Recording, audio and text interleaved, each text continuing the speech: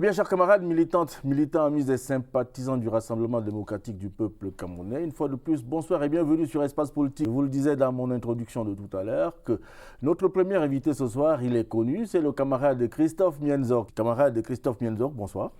Bonsoir camarade Simon Mayanga et bonsoir à nos millions de camarades et de sympathisants.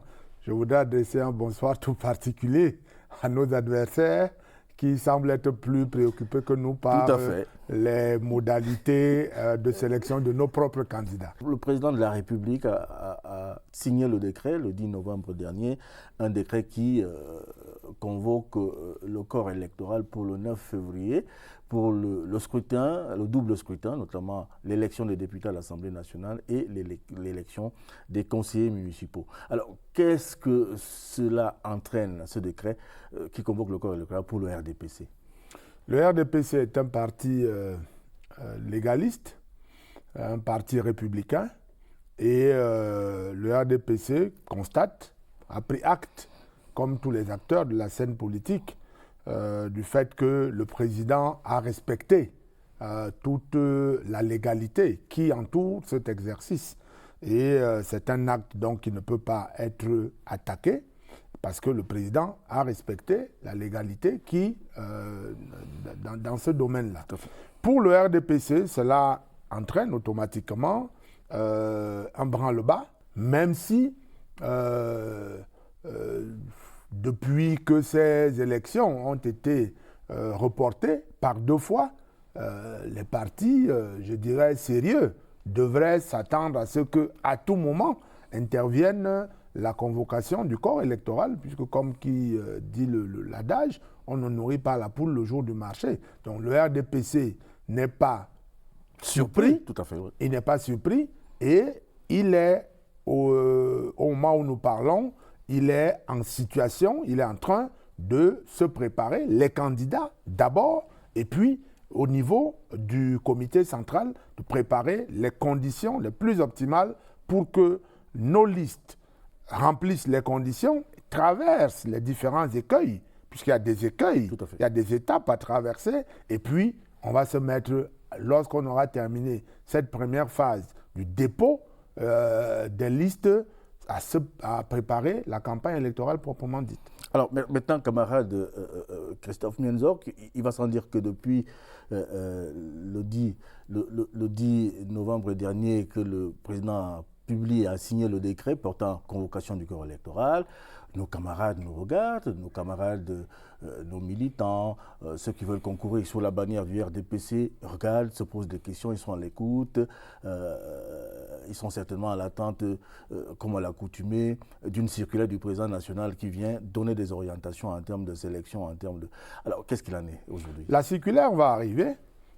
Ça, au moins, c'est une certitude, puisqu'on ne peut pas imaginer un seul instant qu'une opération aussi importante, aussi délicate, puisse ne pas être encadrée. Donc la circulaire est là pour donner des indications, des orientations sur la manière de faire. Mais nos militants, le RDPC est un parti de militants et non un parti d'état-major. Les militants, sans attendre la circulaire, savent eux-mêmes ce qu'ils doivent déjà faire. Et je crois que si vous allez aujourd'hui dans nos organes, il y a une effervescence, il y a un bouillonnement démocratique pour savoir qui peut être candidat.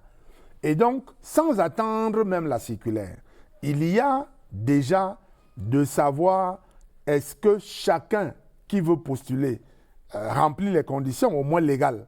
Donc, les uns et les autres, nos camarades, nos militants, nos sympathisants, qui ont parfaitement l'ambition légitime de vouloir représenter, porter les couleurs du RDPC, sont, au moment où nous parlons, en train de se préparer sur ce plan-là. Il leur restera de savoir comment, à la fin, parce que faut quand même dire, Simon Mayanga, contrairement à ce que les uns et les autres veulent faire croire, cette affaire est d'abord individuelle. Tout à fait. L'ambition, l'envie d'être conseiller municipal ou député est d'abord individuelle. Donc, je me prépare.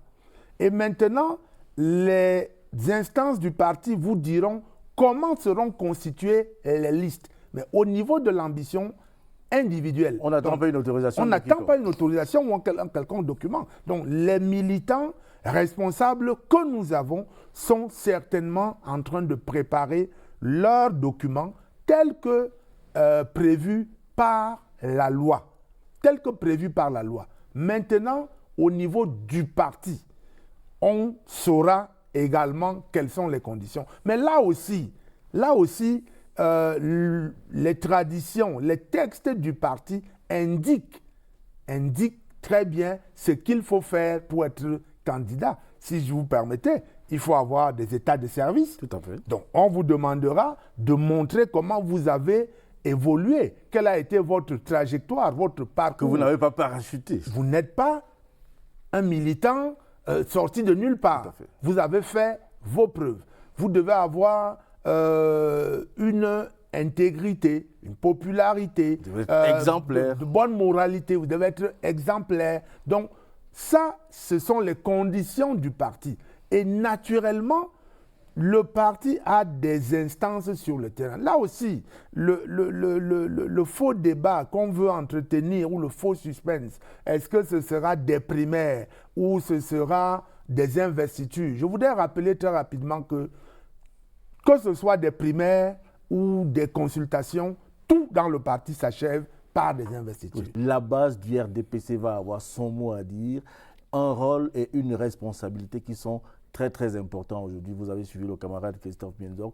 N'allez pas penser que le secrétaire général du comité central et ses plus proches collaborateurs vont s'asseoir à Yaoundé et vous imposer des candidats, même si, il a bien dit, il va y avoir complémentarité. La hiérarchie du parti, compte tenu des informations qu'elle a sur les candidats et des enjeux du moment, peut penser qu'ici ou là, on peut avoir tel ou tel qui peut mieux représenter le parti et à qui le parti a davantage confiance.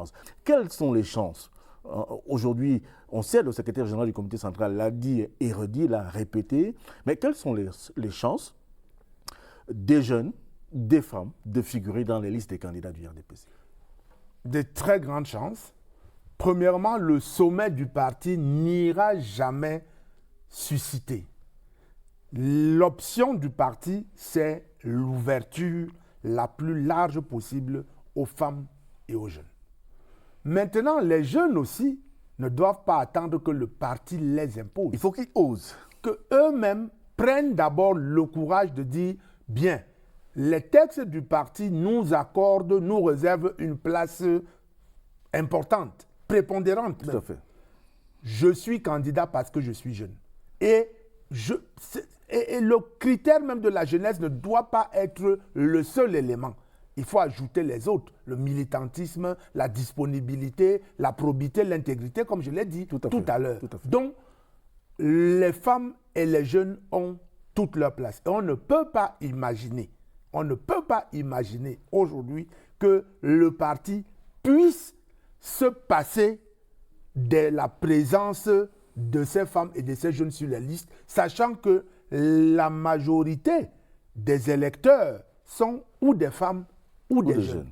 Ça veut donc dire que là encore, c'est un faux débat, mais que les jeunes et les femmes n'attendent pas qu'on leur ouvre un boulevard. Voilà, qu'on leur déroule le tapis rouge. Non, la politique, c'est une affaire de conquête, c'est une affaire d'envie personnelle. On ne viendra pas vous chercher simplement parce que vous êtes femme, vous êtes jeune. Non, c'est votre propre envie, votre détermination, votre engagement à faire en sorte que les femmes et les jeunes soient représentés qui va vous faire figurer sur les listes. N'ayez pas peur, le parti vous a réservé votre place. Osez, déposez votre candidature, constituez des listes et vous verrez la suite. Ouais. C'est tout ce qu'on vous demande. Bien, cher camarade Christophe Mienzorg, cet entretien va se terminer. Je suis sûr qu'on reviendra avec force détail lorsque la circulaire sera disponible. Certainement dans nos programmes, soit à la radio, soit à la télévision la semaine prochaine. Mais si vous aviez un conseil en ce moment-ci à donner aux candidats, à ceux qui veulent concourir sous la bannière du Rassemblement démocratique du peuple camerounais, en ce moment précis, ce serait quoi ce conseil? Ce sera de leur dire d'avoir envie. Je voudrais porter les couleurs du RDPC pour ce double scrutin qui est important, qui se déroule dans un contexte précis, particulier de la vie de notre pays, parce que ceux qui vont être dans les conseils municipaux, certainement, auront la lourde responsabilité devant l'histoire d'être les premiers électeurs des conseillers régionaux, Tout à fait. des tout premiers conseillers régionaux. C'est une responsabilité historique importante. C'est ce que nous pouvions vous dire en ce moment-ci, jusqu'à ce stade du processus de tractation, de susciter des candidatures. N'hésitez pas, vous avez de la volonté, vous voulez concourir sous la bannière du RDPC, eh bien, les rangs du RDPC vous sont ouverts et il s'agit seulement de respecter les dispositions légales. La loi vous demande un certain nombre de documents.